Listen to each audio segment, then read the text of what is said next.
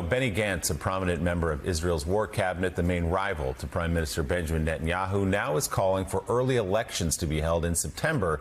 That would be 2 years ahead of schedule. Speaking yesterday inside the Israeli parliament, Gantz said an early election would allow Israel to continue the war while signaling to the citizens of Israel, we will soon renew their trust in us. Gantz, a retired army general, currently leads the polls by a healthy margin. In recent days, thousands of Israelis have taken to the streets in protest demanding those early elections. Prime Minister Netanyahu rejected Gantz's call, saying the current government will continue to rule until all war objectives are met. Netanyahu's own party accused Gantz of engaging in petty politics and said elections now would lead to paralysis and division. Senate Majority Leader Chuck Schumer, meanwhile, who had called for new elections in his speech last month, wrote yesterday on social media, quote, when a leading member of Israel's war cabinet calls for early elections and over 70% of the Israeli population agrees, according to a major poll, you know it's the right thing to do, end quote. Joining us now here in studio, Israel's Minister of Economy and Industry, Nir Barkat. He served as mayor of Jerusalem from 2008 to 2018. Mr. Minister, thanks for being here this morning. So much to talk to you about. Just your reaction first to the calls from Benny Gantz, also Majority Leader Chuck Schumer here in the United States for elections in this September. What's your reaction? Well, I'm proud that we're a good democracy and people have different opinions. I think that Israel is totally united on one major thing, okay? And that is completing the war. We have a fierce terrorist organization that demonstrated what they could do October 7th, entering Israel, raping women, killing innocent people, deliberately going in and terrorizing the country, and we got to make sure that we eliminate them off the face of the earth. They're like Nazis, and Israel's united on that. And so while there may be different of opinions, we're all deep understanding that we have to eliminate those jihadist terrorists that want to wipe Israel off the map. And by the way, it's not only Israel. They believe in Sharia law. They're aligned with Hezbollah, Qatar, and Iran. And they want to, they're not our friends. They're not the American friends. They mean terror and jihad, and we will win the war with them. That's what we're united about. And very few people would disagree with any of that. Of course, we've said many times Hamas is a terrorist death cult. The attack on October 7th was one of the most heinous we've seen in human history. The question, though, is the civilian casualties on the ground in Gaza, and most recently, the death and the attack on those World Central Kitchen, the convoy, 7 aid workers killed. I want you to hear what the founder of World Central Kitchen, Jose Andres, said yesterday as he called for an investigation, what he calls a deliberate attack. Here he is. They were targeted systematically, car by car, because they were not successful in hitting. They keep trying. This happened over more than 1.5, 1.8 kilometers. So this was not just a bad luck situation where, oops, we dropped the bomb in the wrong place or no. Every country, obviously, that nationals, including the United States, that had nationals that die on this attack, we need to have an investigation that is neutral. Humanitarians and civilians should never be paying the consequences of war. This is a basic principle of humanity. At the time, this looks like it's not a war against terrorism anymore. Seems this is a war against humanity itself. So Chef Andres is suggesting it was a targeted attack on his people, on his convoy. How do you respond? First of all, it's a tragedy, and we share condolences on behalf of all of Israelis. I want to share with you that over 30 Israeli soldiers were killed by friendly fire. And remember that 3 of the hostages that escaped Hamas were unfortunately killed by Israelis. So this is friendly fire. There's no intention. But I'll tell you who is intentional, who here has intentional bad causes. That's Hamas. When they entered Israel, they came to rape and kill and slaughter people and play soccer with chopped heads of soldiers. These are the people we're against. And going after them, unfortunately, sometimes there are errors. It was not a deliberate target, and I'm sure that the investigation will eventually demonstrate that there was a mistake, and it's very tragic. It's a big tragedy. The question many have been asking, though, Mr. Minister, a military as sophisticated as yours that can have a pinpoint strike on Iranian leaders inside Syria, out in the open, The World Central Kitchen trucks have coordinated with the IDF their movements because it is so dangerous. How on earth does that happen? It's a mistake. It's the same mistake that friendly fire killed 30 of our own people. You don't think that when an Israeli soldier is killed in Gaza by our own troops, I've met some of the families, it's part of war. I was a combat officer in the first Lebanese war. Unfortunately, we had people killed from, our own soldiers killed.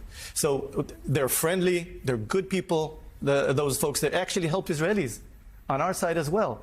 And so there's no doubt in my mind that the people that pushed the button they thought this was terrorists. That's the mistake, and I'm sure that it'll be uncovered. But again, we have to realize who we are against. This is unintentional, and the terrorists, everything they do is intentional. And we have to eliminate them off the face of the earth exactly the way that we eliminated all the Nazis in the Second World War. We didn't leave a fourth of the Nazis to recover and to maintain the Nazism. We go in houses in Gaza and you see Nazi material translated to Arabic. They're trained to kill Jews. That's the majority. That's their goal. That's their intention. Are you concerned, though, Mr. Minister, about the number of civilian deaths among the Gazan population? Not only that, but the famine that now has taken place because Gaza is cut off. Again, no one contests what you're saying about Hamas. We say it every day on this show and have for a very long time, especially after the hideous attack of October 7th.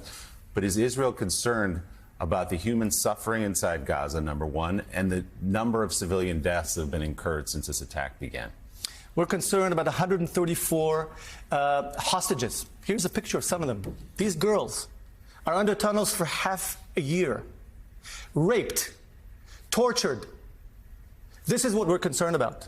We're concerned about those victims in Israel that were murdered, slaughtered, little children that were put in the oven, women that were raped and killed while they were raped by terrorists, by jihadists.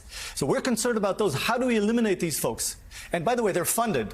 They're funded by Qatar and Iran. Yeah, they are. Yes, Qatar is a big enemy of Israel. Yes, they are, Mr. Mayor. Mayor, can I ask you a question? I'm so glad you brought that up. So I have always looked at Hamas as Nazis. They're terrorists. Have you always looked at Hamas as Nazis? Unfortunately, yes, and it was demonstrated October 7 what they do. Yeah, so you always have. Have most of the Israeli people always looked upon Hamas as Nazis? Well, some of the people in Israel, because we seek peace, thought maybe one day they will prefer peace than war. October 7. Benjamin Netanyahu? What about Benjamin Netanyahu? What about him? Has he always looked upon Hamas as Nazis? Well, you're talking about Qatar or Hamas? Hamas. I think that everyone understands that Hamas's charter is to destroy Israel. And by the way, not only Israel. So you've always known this. I mean, yeah, we know the charter. Yes. So let me ask you this question, and I can't get an answer, and maybe we're just not covering it in the press. Maybe you can help me out.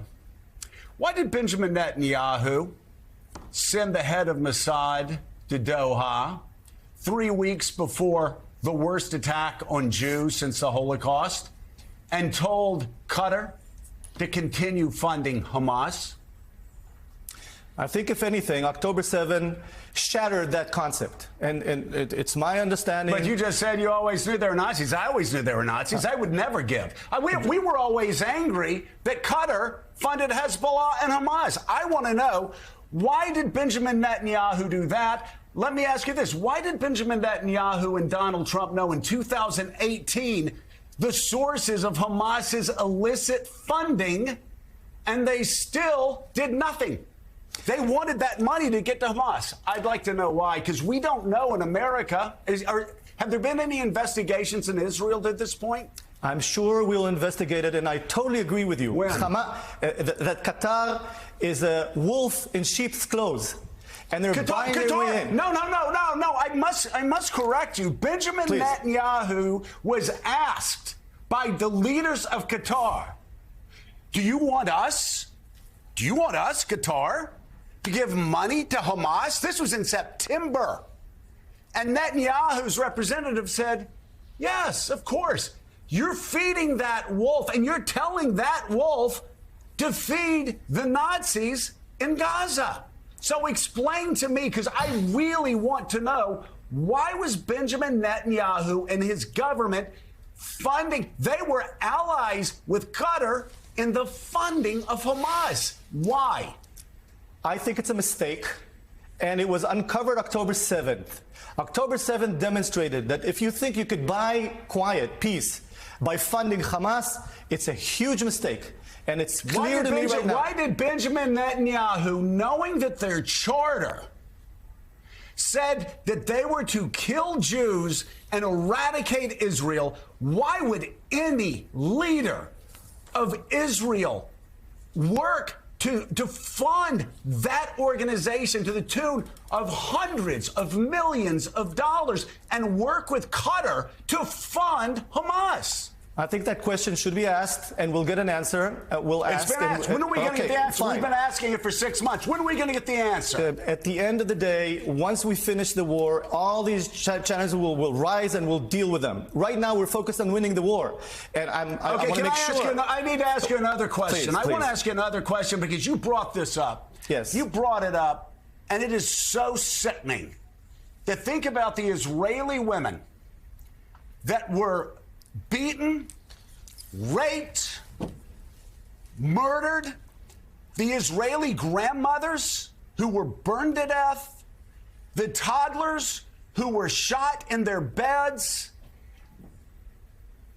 For 10 hours, some of these people waited for Benjamin Netanyahu's government to come and rescue them. Those people whose faces you were holding up, they sat and they waited in shelters. Their children saw their parents shot. Parents saw some children shot. And they kept waiting for Netanyahu's government to come rescue them. 2, 3, 4, 7, 10, in some cases 13 hours. Where was Benjamin Netanyahu? Where was the IDF? Where were the defense forces over those 12, 13 hours? While the worst slaughter of Jews since the Holocaust was unfolding within 40, 50 miles of Netanyahu. Let me answer you. We will investigate that. We were caught by surprise. And there are many faults. Let me ask you both this. of the army and the government. How could you be caught by surprise? How could Yeah. you be caught by surprise when you had Hamas's plans for a year? Netanyahu had Can I answer you, Hamas's please? terror attacks for a year. Why didn't answer, they please. act on it? These faults will be uncovered, and there are many challenges, and we will investigate everything. Honestly, believe me, everyone in Israel, right, left, we all want to go down to the to investigate, have deep investigations on this issue, okay? But this is not the time. Right now, we have to focus on winning the war. With all due respect, this is not the time to interrogate and ask these questions. And I agree we should ask these questions. With all due respect, I would say if Israel, a country that is absolutely necessary to freedom and democracy in the Middle East, in the world, if Israel has been led in this position by a leader that allowed all of these things to happen, how in the world do you trust that leader to make the right decisions in the most important war since 1973? Well, we're a democracy, and we have our rules, and we obey the rules of democracy. And right now, the Israeli government, and by the way, the war cabinet, which is expanded, including the folks that were on opposition, were all united to win the war. And we want to focus, with your permission, not on what was wrong on October 7th or what led to it. Many mistakes, many problems. We're putting all that aside at this point, and we're all united winning the war. And I want to emphasize, we got to bring back those 134 hostages that are sitting right now in the tunnels, raped, tortured. It's just terrible. And I think the world should focus on that. And number two, focus on that wolf in sheep's clothes. That's, of course, Qatar and Iran that are funding it, giving safe haven to Hamas leaders. This should be off the chart, and we must realize that they're a big enemy of Israel. And let's right now focus on to win the war. When we finish the war, all these questions will arise, by the way, and we will deal with them all. Netanyahu's, they funded Hamas for years through Netanyahu's direction. And I want to ask a question about that because every victim in this has been mentioned by you, sir, except for civilians starving in Gaza. And I just want to point out that you never, even when asked, you didn't mention that. I'm not going to ask because I've heard. But I want to ask you, given the questions that Joe has just raised and given the gravity of the situation, is Benjamin Netanyahu fit to lead at this moment? First of all, I do have to answer, we don't want anybody, any civilian, to suffer. And we collaborate with the world, funding, helping the innocent people in Gaza, that 80% of them, 80% of them support October 7th. We don't want anybody to starve or anything. And we will be helpful to the world, collaborating and helping them. And by the way, there's no presidents in the world when you have a war that you help your enemy. This is the first time in all wars that Israel is willing to help the Gazan people not to starve. We want to make sure that they move away. When we enter Rafah, we're telling them, move aside. Don't give shelter to the terrorists and you'll be safe. If you give shelter to terrorists, you're at risk. And no other army in the world has such, honesty and consideration of our enemies. And this is something we're proud of and will continue doing. As we've said many times, Hamas hides behind civilians. It's what it very does unfortunate, yes. in Gaza. It's part of the plan. They don't mind their own people dying because they think it makes Israel look bad. But why do you put the word innocent in quotes when you mention them? The women and children who are suffering, who don't have a choice but to live in Gaza. Why do you put that in quotes? Because we saw who came in and I'm talking about the families, the women and children. Are they not innocent? Generally, we don't want to hurt innocent people, okay? But what you saw in the attack on October 7 is innocent civilians entering Israel and taking part of those atrocities. And when you poll them, the majority of them, the huge majority of them, support October 7th. They give cover to the terrorists, and then it's very unfortunate. What we want is friendly neighbors like the Emirates, like the Saudis that want to seek peace, that their education system in the Emirates has changed to seek peace. Right now, all of the children that are getting educated in Hamas, in Gaza, and in Judea and Samaria are trained to kill Jews. They get $1 million to kill a Jew. The 7% of the budget of the Palestinian Authority is for people that killed Israelis. Unfortunately, they have to change their charter. They have to move from wanting to kill Israel, wanting to be jihadists. And by the way, again, if God forbid they have their way, Europe is next, the US is next. It's not about Israel. It's about a holy war against all non-Muslims. This is what we're facing. And we will win the war. We have no choice but to win the war. We will finish Hamas. We have no choice. No Nazi survived the Second World War, and none of the Hamas will survive this war. They started this war. We will end it. But do you agree that women and children who may not have a choice but to be in Gaza, who don't have a choice, who are starving, some of whom have been killed, that they are innocents in this conflict? We have no quarrel with them. We will do everything we can not to hurt innocent civilians. You know, in the war in Syria, 500,000 civilians were killed, and over 5 million fled. In Ukraine, you have hundreds of thousands of people killed, and 4 or 5 million people fled. In Gaza, I didn't hear the world trying to ask and rescue people. Okay, if they do, we'll help. If we have to help them in aid and food, we will allow that. That's fine. Let me ask you about the 134 hostages, whose families we've had on our show and whose stories are just agonizing and harrowing and whose faces we show on our show all the time. What is the best hope, as you see it, to bring them home? Negotiating with Hamas is probably futile. They're a terrorist death cult. They don't want to return the hostages. What do you say to the families? What is the best hope to get the hostages home? We all agree, and I speak to them a lot. I met the family the families of these young ladies, young girls that are hostage. You see the pictures of them in captivity and how they look before. They can't sleep at night. And they all understand, we all understand, that we have to put pressure on Hamas. We have to put pressure on Hamas.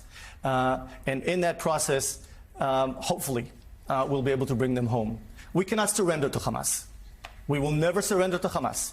It's, again, not only the challenge of Israel, it's a challenge of the free world. We understand that very well. You know, I was about a month ago in the Emirates speaking to some of the Emiratis and many, many people in the moderate Arab world that understand that this alignment of Muslim Brotherhood, Hamas, Hezbollah, Qatar, and Iran, and I want to mention Qatar. Qatar is an enemy of the State of Israel, and not only the State of Israel. And there are billions and trillions of dollars they're buying their way in America and other places. They're buying their way in, trying to influence their strategy, ideology, their jihadi ideology. They're doing it in a very friendly way, funding the universities, buying channels, not just Al Jazeera and others. They're buying their way in, and they are, again, a wolf in sheep's clothes. They're an enemy, and they are giving safe haven to Hamas leaders. Mayor, this is a big challenge. Mr. Mayor, I agree with you on just about everything you said. I mean, I think they've made a big investment in Newsmax recently. They want to influence. If I'm wrong, I stand corrected, but I think I read that. Qatar is one of the largest contributors to American universities over the past decade, over the past 15 years. You can see the impact of that on college campuses. It is pushing the debate to extreme levels. Some of the professors at some of America's finest institutions have positions on this issue that are extreme. And I say all this to once again, and I want to end on a unifying note, but I just have to say again, if they are so terrible, I hope the people of Israel will get an answer from Benjamin Netanyahu on why he was asking Qatar to fund Hamas 3 weeks before all the rapes and the killings and the kidnappings were going on. I take it you want the answer to that question, right? I do. And before we get an answer to that, it's a big, huge change that we need to bring in policy. We have to make very, very clear that Qatar is probably the biggest enemy of Israel. Because with Iran, which is a physical war, we know how to win the war with them. We know how to beat Hezbollah and Hamas, okay?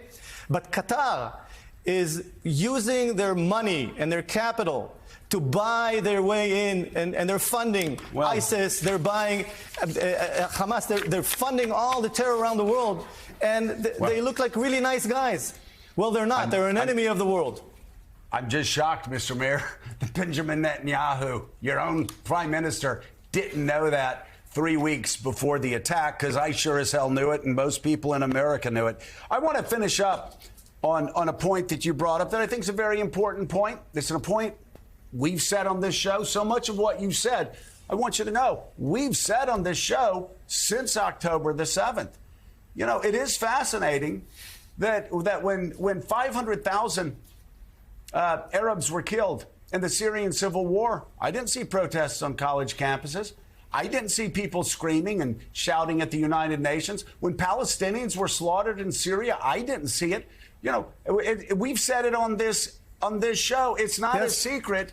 Other Arab nations don't want the Palestinians in their countries. They treat them terribly, and often Palestinians are slaughtered. And we were complaining about it here. We were protesting about it here, the killing of 500,000 Arabs by Assad. But nobody else seemed to be concerned. It only seems that when Jews are attacked by Arabs and Jews defend themselves against Arabs, it's a classic double standard. That's when the world adopts this double standard. That said, and we agree. We agree on that, and we agreed on that. That said, obviously, we believe here that what's been happening the last several months hurts Israel in the long run. But I want to finish by asking you, Hold up. Can you hold up those hostages again? Do you think that Hamas, who raped and brutalized those women, do you think there's any hope of those women, if they're still alive and under the tunnels of Gaza, being raped every day? Do you think there's a chance that Hamas will ever bring them home to their families? I hope so. All of us in Israel pray that they come back home safely. Speaking to their families, we're all one big family in Israel. This is something that, you wake up in the middle of the night thinking about them, as if though they're like our daughters. Our daughters are there. And imagine your daughter's there, and you know that they're held by monsters, just monsters. And that's why we're fighting. We're fighting because we understand that we're fighting to make sure that none of this ever happens again. We're fighting to kill all those terrorists, the jihadi terrorists that are trained and educated to kill Jews. And we understand that it's not only us. We're on the same line. You know, they call us, Israel, the small Satan. And you know who the big Satan is? It's the United States of America. And Qatar is buying their way in public opinion in the United States as if though they're not they're sort of sweethearts. They're not. They're enemies of the West. Right. And they're trying to do everything they can to bring jihad and Sharia law all over the world. That's their charter. And they're not our friends. And we have to remember that they're an enemy, and we will fight them. If only Benjamin Netanyahu knew that in September before the attacks. I want to expand this out really quickly and then let you go. I mean, you say it's not just Israel, it's the United States. It's also Jews. Yes. Whether it's Jews on college campuses in America, whether it's Jews across Europe, whether it's Jews across the world, anti-Semitism. This is a world war against Jews. There are 15 million Jews alive today because of the Holocaust and because of everything else that has happened.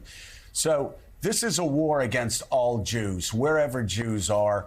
And I just ask you, for all the Israelis that are in the streets now saying, bring those families home, the protests rising, begging for a ceasefire, a permanent ceasefire that would bring those hostages home and end the war in Gaza. What do you say to those family members and to those thousands of Israelis saying, yes, bring the families home, let's have a ceasefire? We all have the same goal, and that is to defeat Hamas and bring them home, okay? And the cabinet that we now have, the war cabinet, which I'm, by the way, not part of, but I support, the cabinet is working on what is the right solution, how's the best way to get there. And it's certainly not to stop the war. We have to finish Hamas off. Huge majority of Israel understands that, of Israelis. We will do that. And the world needs to give us credit that indeed we will do everything we can not to hurt innocent people, on the one hand, but we have to finish and kill those Nazis, eliminate them off the face of the earth, so that they will not try to do that again. Because if they're successful, if God forbid we're not, you will see this in Europe, you will see this in the United States, the jihadists, you will fuel jihad around the world. We will not let that happen. Israel's Minister of Economy and Industry, the former mayor of Jerusalem, Nir Barkat. We'll have you back soon. Many more questions. Thank you very much. Thanks for being here. Hey, everyone. MSNBC has a new and improved app. You'll get real-time alerts and analysis, live blogs, in-depth essays, video highlights, and the best 2024 election coverage. Download the new MSNBC app. Here's how to do it. You tap on the App Store on your phone. You hit search on the bottom right corner. You type in MSNBC. You click on the MSNBC app. You click on Get or the cloud icon and enjoy it.